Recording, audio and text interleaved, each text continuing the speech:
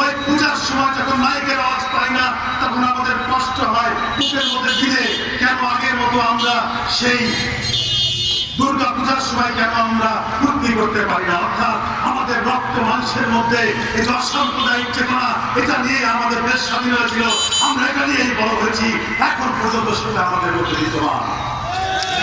কিন্তু আমরা দেখতে পাচ্ছি অল্প কয়েকদিন হলো কিছু ভারতীয় মিডিয়া এই শেখ হাসিনা বাংলাদেশ থেকে যে অর্থ লুটপাট করে নিয়ে গেছে, হাজার হাজার লক্ষ 30,000 লক্ষ কোটি টাকা লুটপাট করে নিয়ে বিদেশে বসে আজকে কিছু তামাল মিডিয়াকে দিয়ে আজকে আমাদের দেশে এই সনাতন ধর্মাবলম্বীদের উপরে নাকি এদেশের মুসলমানরা অত্যাচার নির্যাতন করছে, সেই কথা বলে এই দেশের মধ্যে একটি অসহিষ্ণু এবং একটি গ্যাঞ্জাম বাঁধানোর জন্য পরিকল্পনা হাতে নিয়েছে। বন্ধুরা, আমরা কি আজকে বলতে পারি যে আমাদের এই অঞ্চল যেহেতু বাংলাদেশের মধ্যে সবচেয়ে বড় সনাতন ধর্ম অধিষ্ঠিত এলাকা, আমাদের এখানে কোন রকম কারোর সাথে কারোর দ্বন্দ্ব নাই কিংবা কারোর সাথে কোনো সম্পর্ক অবনতি হয় নাই, এই কথা কি আমরা বলতে পারি?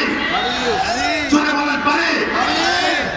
আপনারা ইতিমধ্যে খেয়াল করেছেন শুধু বিএনপি নয়, এদেশের যারা ইসলাম, এদেশের ইসলামপন্থী কিন্তু প্রায় 90% মানুষ ইসলামপন্থী লোকজন এই টুপি মাথায় নিয়েও কিন্তু গত যে আপনাদের শারদীয় দুর্গা উৎসব দিয়েছে, আমরা কিন্তু সবাই মিলে সেই দুর্গা উৎসবের মধ্যে কিন্তু আমরা পাহারা দিয়েছি, যাতে ওই যুবলীগ, ওই সমস্ত ষড়যন্ত্রকারীরা ওই প্রতিমার হাত ভেঙে প্রতিমার উপর সম্মান করে এই দেশে একটা আগুন যেন জ্বালাতে না পারে।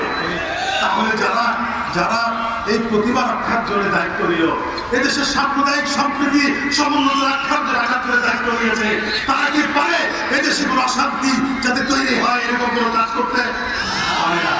আসলে এই দেশে কোনো সমস্যাই নাই, আছে সমস্যা একটাই, শেখ হাসিনাকে বাঁচিয়ে রাখাটাই সবচেয়ে বড় সমস্যা হয়েছে। এই হাসিনা যাওয়ার আগে 2,000 আমাদের ছোট ছোট ভাই, আমাদের দলের নেতা কর্মী, বিএনপির নেতা কর্মী সহ 2,000 ছাত্র জনতাকে রাজপথে গুলি করে তারপর হত্যা করে তাদের রক্ত ঝরিয়ে তারপরে দেশ থেকে পালিয়েছে। তাই হাসিনাকে যাইতে দেওয়া কোনোভাবেই ঠিক হয় নাই, যার জন্য হাসিনা আজকে আমাদের মধ্যে অসাম্প্রদায়িক একটা উস্কানি দিয়ে এখানে গ্যাঞ্জাম ফসাদ বানিয়ে সে আবার ফিরে আসতে চায়। কিন্তু ভাইরা আমার, ফিরে আসার আর কোনো পথ খোলা নাই। আমি এখনো আওয়ামী লীগের নেতা কর্মী ভাই যাদেরকে ফেলে আপনাদের নেতা চলে গিয়েছে, আমি তাদেরকে বলবো এই নেতার পিছনে আর রাজনীতি করা যায় না, আর রাজনীতি করা সাজে না।